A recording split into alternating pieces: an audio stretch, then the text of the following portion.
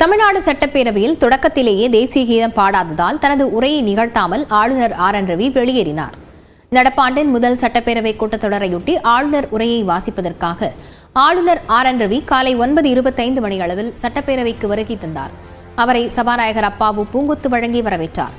தொடர்ந்து ஆளுநருக்கு பேண்ட் வாத்தியங்கள் முழங்க காவல்துறை அணிவகுப்பு மரியாதை அளிக்கப்பட்டது.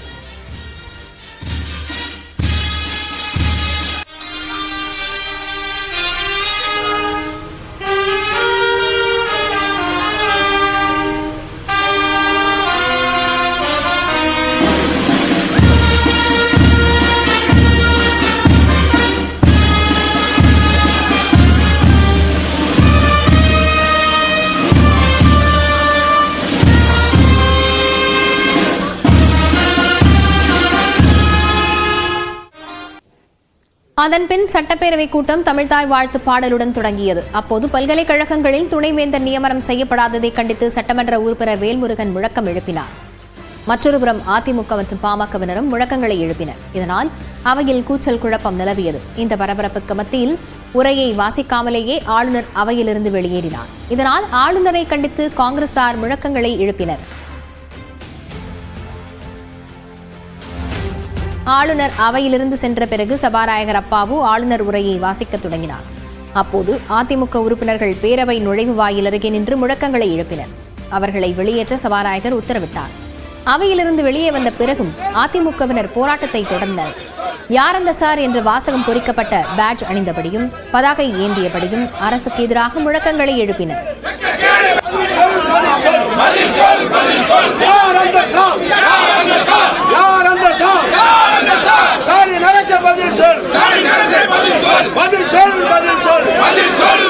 பின்னர் செய்தியாளர்களிடம் பேசிய எடப்பாடி பழனிசாமி அரசுக்கு எதிராக போராட்டம் நடத்தவில்லை என்றும் மாணவிக்கு நீதி கேட்டு போராட்டம் நடத்தியதாகவும் கூறினார். அவையில் மரபுப்படி தமிழ்தாய் வாழ்த்துதான் பாடுவார்கள் என ஆளுநருக்கு தெரியும் என்றும் அவர் அவையை புறக்கணிக்கவில்லை என்றும் எடப்பாடி பழனிசாமி தெரிவித்தார். ஆளுநர் அவர்களால் உரையாற்றுகின்ற அந்த நேரத்தில் அவர் உரையாற்ற முடியாமல் வெளியேறிய பிறகு சபாநாயகர் உரையாற்றுகின்றார். நம்முடைய வரலாற்றிலேயே சபாநாயகர் உரையாற்றுவது முதல் முறை. இது மேதக ஆளுநர் உரை அல்ல, சபாநாயகர் உரையாகத்தான் பார்க்கப்படுகிறது. ஆளுநர் புறக்கணித்து போற திட்டமிட்டு ஆளுநரை உரையாற்றக்கூடாது என்று ஒரு நோக்கத்தோடு செயல்பட்டுகிறார். தமிழ்நாடு சட்டப்பேரவையில் மீண்டும் அரசியலமைப்பு மற்றும் தேசிய கீதம் அவமதிக்கப்பட்டிருப்பதாக ஆளுநர் ஆர் என் ரவி குற்றஞ்சாட்டியுள்ளார். சட்டப்பேரவையிலிருந்து ஆளுநர் ஆர் என் ரவி வெளியேறியது பற்றி ஆளுநர் மாளிகை எக்ஸ் பக்கத்தில் விளக்கம் அளித்துள்ளது. அதில் தேசிய கீதத்தை மதித்தல் என்பது அரசியலமைப்பில் வகுக்கப்பட்டுள்ள முதலாவது அடிப்படை கடமை என்று குறிப்பிடப்பட்டுள்ளது. அது நாடாளுமன்றம் கூடும்போதும் குடியரசுத் தலைவர் உரை தொடங்கும் முன்பும் பின்பும் பாடப்படுவதாக கூறப்பட்டுள்ளது. இதேபோன்று அனைத்து சட்டப்பேரவைகளிலும் ஆளுநர் உரையின் தொடக்கத்திலும் முடிவிலும் பாடப்படுவதாக தெரிவிக்கப்பட்டுள்ளது. ஆனால் இன்று ஆளுநர் பேரவைக்கு வரும்போது தமிழ்தாய் வாழ்த்து மட்டும் பாடப்பட்டதாகவும் ஆளுநர் தேசிய கீதத்தை பாடுவதற்காக அவைத்தலைவரான முதலமைச்சரிடமும் சட்டப்பேரவை சபாநாயகரிடமும் வேண்டுகோள் விடுத்ததாகவும் தெரிவிக்கப்பட்டுள்ளது. இதற்கு முதலமைச்சரும் சபாநாயகரும் திட்டவட்டமாக மறுத்துவிட்டதாகவும் இது மிகவும் கவலைக்குரிய விஷயம் என்றும் தெரிவிக்கப்பட்டுள்ளது. அரசியல் சாசனம் மற்றும் தேசிய கீதத்தை அப்பட்டமாக அவமதிக்கும் செயல்களுக்கு உடந்தையாக இருந்துவிடக் கூடாது என்பதால் ஆளுநர் வேதனையுடன் சட்டப்பேரவையை விட்டு வெளியேறியதாக ஆளுநர் மாளிகை விளக்கம் அளித்துள்ளது. ஆளுநர் மாளிகையின் எக்ஸ் பக்கத்தில் பதிவிடப்பட்ட தகவல் நீக்கப்பட்டு சிறிது நேரத்தில் திருத்தங்களுடன் மீண்டும் பதிவிடப்பட்டது.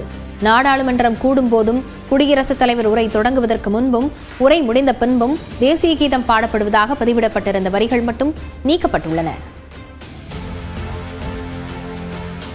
தேசிய கீதம் தொடர்பான ஆளுநரின் கருத்துக்கு கடந்த ஆண்டே பதிலளித்திருப்பதாக சட்டப்பேரவையில் அவை முன்னவரும் அமைச்சருமான துரைமுருகன் விளக்கமளித்துள்ளார். சட்டப்பேரவையிலிருந்து ஆளுநர் வெளியேறியது தொடர்பாக விளக்கமளித்த அவை முன்னவர் துரைமுருகன் ஆண்டின் முதல் கூட்டத்தொடரில் ஆளுநர் உரை நிகழ்த்த வேண்டும் என்று சட்டம் உள்ளதாக கூறினார். ஆளுநர் பதவிக்கு எதிராக இருந்தாலும் அந்த பதவி இருக்கும் வரை அதில் இருப்பவர்களுக்கு உரிய மரியாதை அளிக்க வேண்டும் என்பதே மறைந்த முன்னாள் முதலமைச்சர் கருணாநிதியின் கொள்கை என்றும் கூறினார். ஆனால் முந்தைய ஆண்டுகளைப் போல இந்த முறையும் ஆளுநர் உரையை படிக்காமல் சென்றுவிட்டதாகவும் அரசியல் சாசனத்திற்கு விரோதமாக ஆளுநர் செயல்படுவதாகவும் துரைமுருகன் குற்றஞ்சாட்டினார். மாண்புமிகு ஆளுநர் அவர்கள் தமிழ்தாய் வாழ்த்துக்கு பிறகு தேசிய கீதம் பாடப்படாதது தொடர்பாக ஒரு கருத்தை தெரிவித்திருக்கிறார். இது தொடர்பாக கடந்த ஆண்டு ஆளுநர் அவர்கள் இதே கருத்தை கோடிட்டு மாண்புமிகு பேரவைத் தலைவர் அவர்களுக்கு ஒரு கடிதம் அனுப்பியிருந்தார்.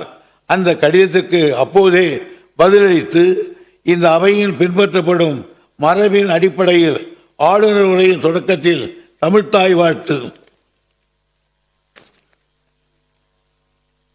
வாழ்த்தும் உரையின் நிறைவில் தேசிய கீதமும் பாடுபடுவதை பின்பற்றப்பட்டு வரும் தெளிவாக தெரிவித்திருக்கிறார்கள். ஆனாலும் மீண்டும் இன்று அதையே ஒரு பிரச்சனையாக ஆளுநர் அவர்கள் குறிப்பிட்டு அவர் அரசுக்கு அனுப்பிய உரையை படிக்காமல் சென்றுவிட்டது அவரது உண்மையான நோக்கம் என்ன என்பதை கேள்விக்குறியாக்குகிறது. அதன்பின் அச்சிடப்பட்ட ஆளுநர் உரையில் இடம்பெற்றது மட்டுமே அவை குறிப்பில் இடம்பெறும் என்று தீர்மானம் ஒன்றை துரைமுருகன் முன்மொழிந்தார். குரல் வாக்கெடுப்பில் அந்த தீர்மானம் நிறைவேறியது. பேரவையின் மரபை மாற்ற ஆளுநர் முயற்சி செய்வதாக திருமாவளவன், வேல்முருகன் ஆகியோர் குற்றம் சாட்டியிருக்கும் நிலையில் தேசிய கீதம் பாடுவதில் என்ன பிரச்சனை என வானதி ஸ்ரீனிவாசன் கேள்வி எழுப்பியுள்ளார். தேசிய கீதத்தை எந்த நிகழ்வாக இருந்தாலும் அரசு நிகழ்வுகளில் இறுதியாகத்தான் இசைத்து வருகிறோம் என்பதை முதலில் அவர் தெரிந்து கொள்ள வேண்டும். அதையே இன்னும் அவர் அறிந்திராமல் இருப்பது அதிர்ச்சி அளிக்கிறது. அல்லது அறிந்தும் வேண்டுமென்றே அதை பிரச்சனையாக்குவது கண்டிக்கத்தக்கது.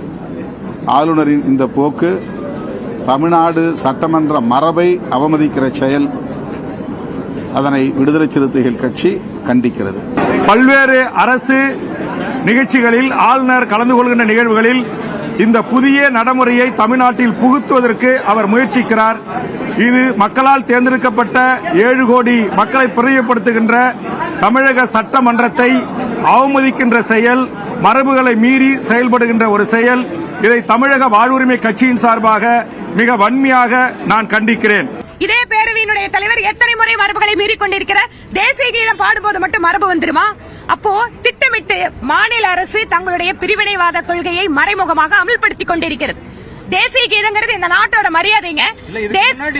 நான் கேட்கிறேன், தேசிய கீதம் இந்த நாட்டினுடைய பிரிவினைவாதமா, அரசியலமைப்பு சட்டத்துக்கு எதிரானதா? தேசிய கீதம் பாடுறதுக்கு என்னங்க இவங்களுக்கு எல்லாம் பிரச்சனை? பேரவையை அவமதித்த ஆளுநர் ஆர்.என். ரவி மன்னிப்பு கேட்க வேண்டும் என அமைச்சர் சிவசங்கர் வலியுறுத்தியுள்ள நிலையில் 3 ஆண்டுகளாக ஆளுநராக இருப்பவருக்கு மரபு என்ன என்பது தெரியாதா என எடப்பாடி பழனிசாமி கேள்வி எழுப்பியுள்ளார். ஆளுநர் புறக்கணித்து போல திட்டமிட்டு ஆளுநரை உரையாற்றக்கூடாது என்று ஒரு நோக்கத்தோடு செயல்பட்டுக்கிறாங்க. ஒவ்வொரு முறையும் உங்களுக்கு ஊடகத்துக்கும் பத்திரிகைக்கும் வெளியிட்டு தான் இருக்கிறாங்க. அது ஒவ்வொரு முறையும் என்ன மரபை கடைபிடிக்கிறாங்களோ அதே முறையை தான் நம்முடைய தமிழ்நாடு சட்டப்பேரவை கடைபிடிச்சிட்டு வருது. ஒவ்வொரு முறையும் இதே ஆளுநர் தானே வந்துட்டு இருக்காரு 3 வருஷமா. அதே நடைமுறை தான் இருக்குது. அதில் மாறுபட்டது எதுவும் இல்லையே. தமிழ்நாடு சட்டப்பேரவையில் மாண்புமிகு ஆளுநர் நடந்து கொண்ட விதம் என்பது தமிழ்நாட்டு மக்களை, தமிழ்நாடு சட்டமன்றத்தை அவமதிக்கின்ற விதமாக நடந்து கொண்டார். இந்த அரசினுடைய சாதனைகளை மக்களிடத்திலே கொண்டு சேர்க்கக்கூடாது என்கின்ற எண்ணத்தினாலும் தான் அவர் இன்றைக்கு அப்படி நடந்து கொண்டார்.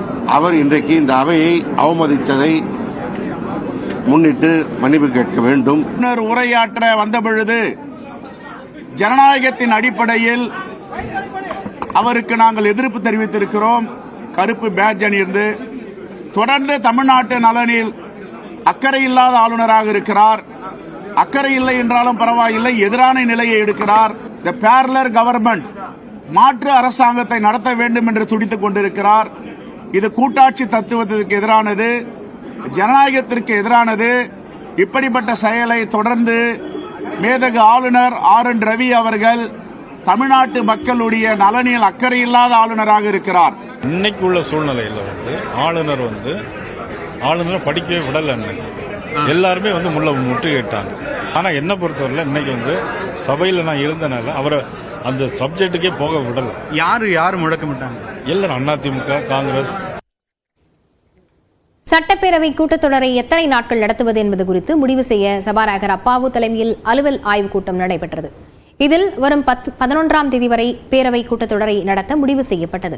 அதன்பின் செய்தியாளர்களிடம் பேசிய சபாநாயகர் அப்பாவு, சட்டப்பேரவையில் 234 உறுப்பினர்களுக்கு மட்டும் கருத்து சொல்ல உரிமை இருப்பதாகவும் வேறு யாருக்கும் உரிமை கிடையாது என்றும் கூறினார். தேசிய கீதத்தை ஒரு காரணமாக சொல்லி ஆளுநர் தனது உரையை வாசிக்காமல் சென்றுவிட்டதாகவும் இது அரசியலமைப்புக்கு எதிரானது என்றும் சபாநாயகர் கூறினார். அங்க நான் அந்த ஆளுநர் மாளிகையில பரப்பிடும் போதே இங்க ஒலிக்கணும்னு சொன்னா நான் எப்படி சட்டமன்ற மரபு இருக்கு, இந்திய அரசியலமைப்பு சட்டம் சொல்லி தந்திருக்கு. அதுல எந்த இடத்திலாவது ஆளுநர் அவருக்கு வச்சிருக்க கோரிக்கை இருக்கான்னு நீங்க தான் பார்த்து சொல்லணும். அல்லது ஆளுநர்கிட்ட தான் போய் கேட்டேன், ஐயா எந்த இதுலயாவது இந்திய அரசியலமைப்பு சட்டத்துல ஆளுநர் முதல் நாள் அட்ரஸ் பண்ண வரும்போது இப்படி நடக்கணும் நீ ஷெட்யூல் போட்டு கொடுத்திருக்காங்களான்னு நீங்க தான் சொல்லணும். ஆளுநருக்காக சட்டப்பேரவை மரபுகளை மாற்ற முடியாது என்றும் சபாநாயகர் திட்டவட்டமாக தெரிவித்தார். நான் சொல்றேன் இப்படி பண்ணு அப்படின்னு சொன்னா அந்த மரபுகள் எல்லாம் மாற்ற முடியாது.